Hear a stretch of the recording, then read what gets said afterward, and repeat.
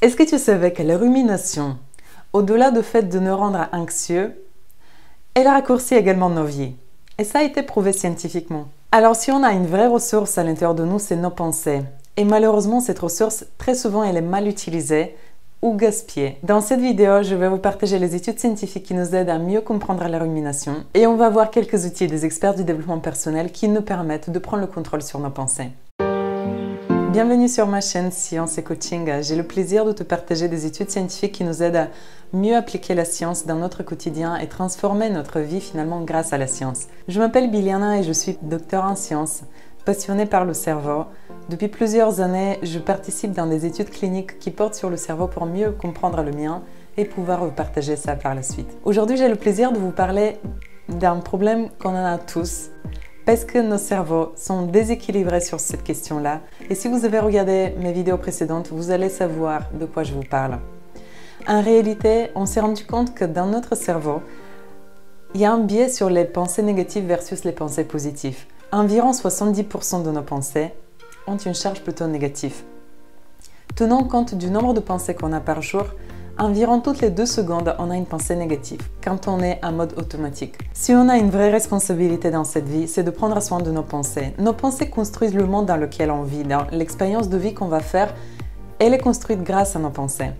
Quand vous voyez ce biais naturel qui est vers la négativité, vous pouvez imaginer que la majorité des gens vivent plutôt une expérience négative sur Terre. Alors, c'est un vrai muscle à développer de pousser la balance vers le sens opposé et d'apprendre à maîtriser ses pensées pour ne pas se laisser emballer là-dedans. Aujourd'hui, j'ai décidé de vous parler en particulier de la rumination, cette pensée circulaire qui tourne en rond à l'infini, qui n'est pas là pour chercher des solutions, mais elle gaspille juste de notre temps et de notre énergie psychique. Quand on est en mode rumination, le pattern neurologique qui s'active dans notre cerveau, c'est le mode par défaut. Le mode par défaut, c'est un pattern qui nous invite à se focaliser sur soi, à penser sur nos problématiques, sur qui on est, sur les conflits qu'on a avec les autres. Bref, c'est une pensée centrée sur soi qui a du mal à prendre du recul par rapport à elle-même. Si le mode par défaut est trop actif, ça crée de l'anxiété et à l'extrême, on devient dépressif. Notre esprit vagabonde sans cesse et on n'arrive pas à rester focalisé sur ce qu'on est en train de faire. Il y a une forme d'absence qu'on va expérimenter à ce moment-là. Et il y a une étude scientifique qui montre qu'il y a une vraie corrélation entre le bonheur et ma capacité de rester engagé dans le moment présent sans vagabonder dans des choses qui viennent du passé ou des peurs qui viennent du futur. Malheureusement, 42% de notre temps, on le passe en mode vagabondage. Nos pensées s'échappent là où elles veulent aller sans qu'elles soient sous notre contrôle. Dans cette vidéo, j'aimerais vous amener à prendre de plus en plus conscience de cette tendance naturelle de nos pensées. Vous pouvez les imaginer un peu comme des chevaux sauvages que vous avez besoin d'apprivoiser et vous avez besoin de diriger vers la direction que vous voulez qu'ils aillent. Sinon, ils vont continuer à courir, ils courent vite et ils peuvent vous amener dans des directions où vous n'avez pas envie d'explorer. Et pour venir ajouter une couche, ce que je viens de vous dire au début de cette vidéo, oui, la rumination, ça a été prouvé, elle raccourcit nos vies. Scientifiquement parlant, pour évaluer l'impact que ça a sur notre vieillissement, on va regarder une structure dans la cellule qui s'appelle un télomère. Je ne vais pas rentrer dans les détails de ce que c'est un télomère, sachez juste que plus nos télomères sont raccourcis, plus on vieillit vite. Et scientifiquement parlant, ça a été démontré que les gens qui ruminent, ils ont des télomères qui raccourcissent. Donc attention, tout type de rumination, quand elle n'est pas surveillée, quand elle dure trop longtemps, elle nous amène vers du stress, elle nous amène vers un vieillissement précoce. Alors, qui est concerné par ça? Il y a de fortes chances que vous le soyez, en tout cas une partie de votre vie. Une étude réalisée en 92 nous montre qu'une personne sur 2 a tendance à ruminer la plupart du temps et de trop penser. Maintenant, le but, c'est de prendre le contrôle là-dessus et d'aller vers quelque chose qui est plus paisible, plus calme, quelque chose qui nous permet de pouvoir voir vers quoi nos pensées vont et arrêter les chevaux quand il le faut. Et les démarrer quand il le faut vers la direction qu'on veut, sachant que c'est nous qui demandons le contrôle vers où on se dirige. On passe aux outils du développement personnel qui vont vous aider au quotidien de maîtriser votre pensée. Le premier outil vient de Christophe André. C'est un outil qui est utilisé dans les séances de psychanalyse et c'est un outil qui est efficace. Vous pouvez l'utiliser à chaque instant quand vous en avez besoin. C'est une question toute simple à se poser quand on sent qu'on commence à avoir une charge mentale, quand on sent qu'il y a un peu trop d'énergie psychique qui est consommée. La question à se poser, c'est depuis que je pense à cette problématique, est-ce que j'ai l'impression d'avoir avancé? Donc juste prenez un instant, notez cette question, elle est utile quand on est en mode de rumination, quand on sent qu'on n'a pas la maîtrise sur nos pensées, juste on se pose la question, depuis que j'y pense, est-ce que j'ai l'impression d'avoir avancé? Ensuite, il y a des choses qu'on peut faire, soit au niveau de notre corps, soit au niveau de notre esprit. Donc le deuxième outil que je vais vous partager, il s'agit d'activer le corps pour pouvoir se débarrasser de la rumination. La première manière vient d'une étude scientifique qui a été réalisée pour démontrer que 10 minutes de marche rapide baissent significativement la rumination. C'est-à-dire que si vous sentez que votre pensée elle est en train de tourner, vous avez identifié que c'est de la rumination, ça ne vous apporte rien, vous ne voyez pas comment vous en sortir de cette pensée. La chose la plus simple sera peut-être de mobiliser le corps et d'aller faire 10 minutes de marche rapide.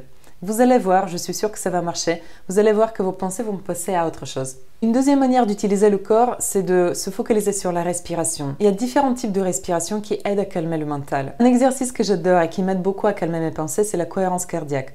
Il y a des exercices sur YouTube, vous pouvez taper juste cohérence cardiaque. Vous pouvez le faire les yeux ouverts ou les yeux fermés si c'est avant de vous endormir.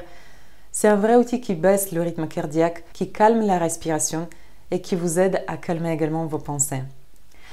Un deuxième outil de respiration que j'aime beaucoup, c'est le box breathing. Box breathing parce que c'est en forme de carré. Vous pouvez imaginer, j'inspire sur 4 temps, je retiens la respiration sur 4 temps, j'expire sur 4 temps et je retiens la respiration sur 4 temps. Ça également, ça aide beaucoup la pensée et ça calme le système nerveux de manière générale. Le troisième outil que j'ai envie de vous partager vient de Emilio Abril qui nous dit que de temps en temps, ce qui fait du bien, c'est juste de vider sa tête sur une feuille. Juste de prendre une feuille et écrire tout ce qui tourne dans nos têtes. Le sortir devant nos yeux, ça nous permet de l'observer, de le voir, de prendre du recul. Et c'est peut-être là-dedans qu'on trouvera une solution. Ou peut-être pas, mais rien que de le sortir sur une feuille, ça décharge la pensée. On passe au quatrième outil qui est scientifiquement prouvé. Alors, la rumination, ça correspond à un mode de pensée qui est de type bêta. C'est-à-dire que nos fréquences dans le cerveau sont beaucoup plus accélérées, plus rapprochées, les amplitudes sont plus rapprochées et ça va beaucoup plus vite. Pour arrêter la rumination, on a besoin de passer à un mode alpha. Le mode alpha correspond à des vagues dans le cerveau qui sont beaucoup plus espacées, plus lentes, plus calmes. Pour y accéder, une première des choses, c'est de fermer les yeux. Si vous regardez un électroencéphalogramme de votre cerveau, quand vous fermez les yeux, les ondes cérébrales se calment et passent déjà à un mode beaucoup plus espacé. On peut aller un cran plus loin et c'est la méditation. La méditation, c'est un mode de fonctionnement du cerveau qui nous permet de garder les ondes cérébrales de type alpha. L'avantage de ces ondes cérébrales, c'est que ça nous permet de prendre un peu plus de temps et connecter des idées qui des fois sont très éloignées les unes des autres et pouvoir quelque part trouver une nouvelle créativité. D'un côté, on calme, on observe un recul par rapport à nos pensées, on va les observer d'au-dessus quand on est en mode alpha. Et d'un autre côté, on va pouvoir connecter des pensées qu'on n'a pas encore étudiées et on va pouvoir tenir compte de ça pour peut-être résoudre notre problématique. Très souvent dans la méditation, moi je trouve des idées créatives par rapport à une prochaine vidéo, par rapport à un prochain atelier, où tout simplement j'arrive à regarder mon problème avec plus de recul, il commence à me paraître plus petit et petit il s'éloigne de moi, il se décroche de moi et j'arrive à prendre du recul et de me libérer de cette rumination. De plus, scientifiquement parlant, ça a été prouvé que la méditation nous permet de nous éloigner du mode par défaut, le mode dont je vous ai parlé au début qui est à l'origine de la dépression et qui nous focalise sur nous-mêmes et sur nos problèmes.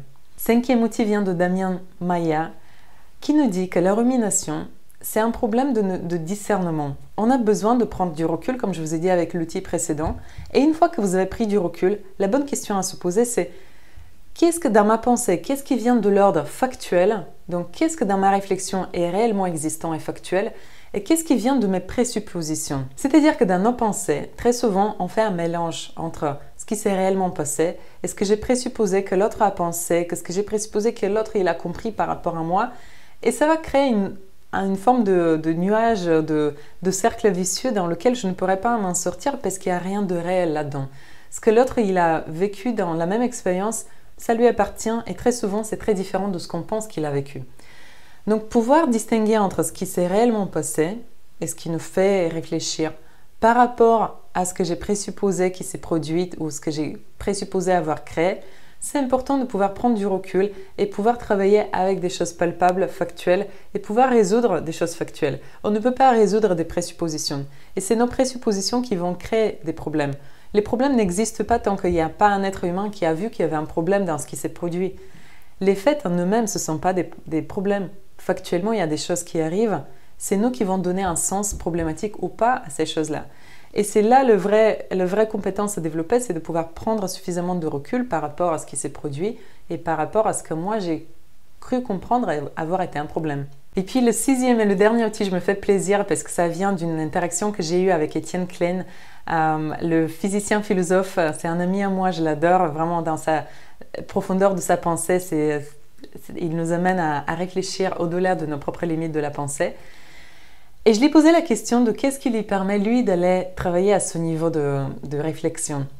Et il m'a dit que très souvent, il va aller se promener pour faire rencontrer à sa pensée d'autres éléments.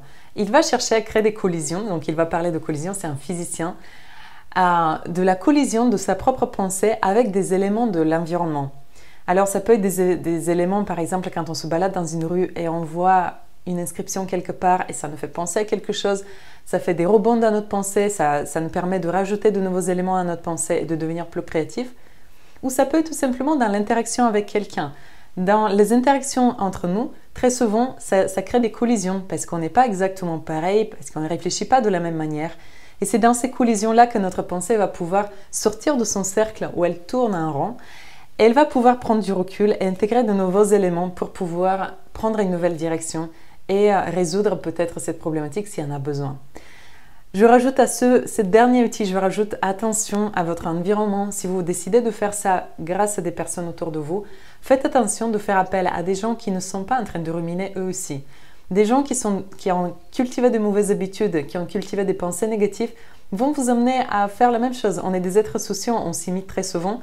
Et si je cherche à faire bouger ma pensée et que face à moi j'ai quelqu'un qui a les mêmes mauvaises habitudes de rentrer dans la rumination et d'avoir des pensées négatives, ça ne va pas m'aider, ça ne va pas l'aider et on va se coincer tous les deux dans le même piège.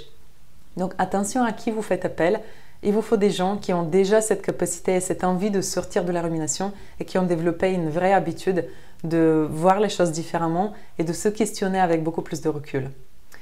C'est ce qu'on fait exactement en coaching et c'est ce que j'adore faire dans mes groupes où on est à plusieurs, ou quand il y en a quelqu'un qui rumine sur quelque chose, juste le fait de l'exposer et d'obtenir les points de vue des autres personnes, juste parfois, des fois, ça suffit de dissoudre la situation et passer à autre chose. Sur ce, je m'arrête. Je vous souhaite de passer une excellente journée. Abonnez-vous à ma chaîne si vous aimez ce genre de contenu et que vous sentez que ça vous aide à faire évoluer votre pensée. Je suis là parce que j'estime qu'on a tellement à comprendre sur notre cerveau et à apprendre comment le gérer que ça serait dommage de passer nos vies à ne pas avoir cette connaissance qui pour moi fait partie de la connaissance qu'on doit avoir à l'école ou qu'on doit apprendre très vite. Bon, c'est pas fait pour nous les adultes d'aujourd'hui. J'espère que ça se fera pour les générations à venir.